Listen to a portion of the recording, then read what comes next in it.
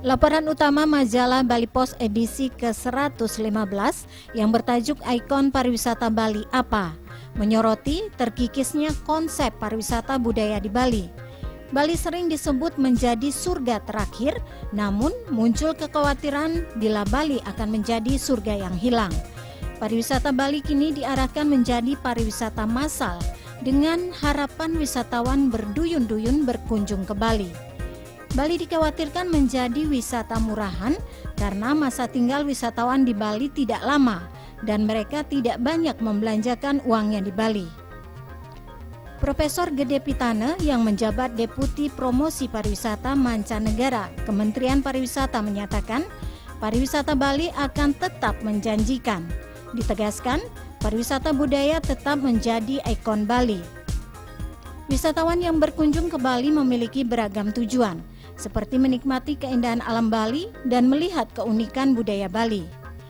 Selain Badung dan Denpasar, potensi pariwisata di Buleleng dan Karangasem perlu digarap, dengan harapan semakin memajukan pariwisata Bali.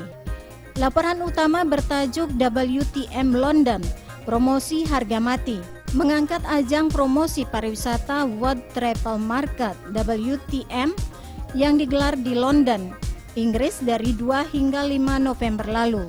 Standar Indonesia mengambil bentuk perahu bercadik dan melibatkan 52 pengusaha pariwisata. Selain pariwisata, Standar Indonesia menawarkan produk lain seperti kopi. Menteri Pariwisata Arif Yahya mengatakan, promosi adalah harga mati, meskipun yang dipromosikan sudah mendunia.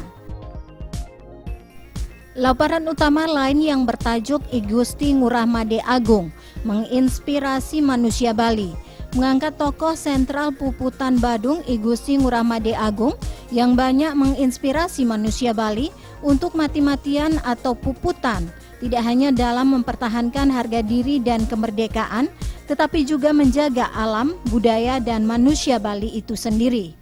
Pemirsa, majalah Bali Post juga memiliki laporan-laporan lain dari berbagai bidang seperti politik dan pendidikan yang tak kalah menarik. Jangan sampai melewatkannya.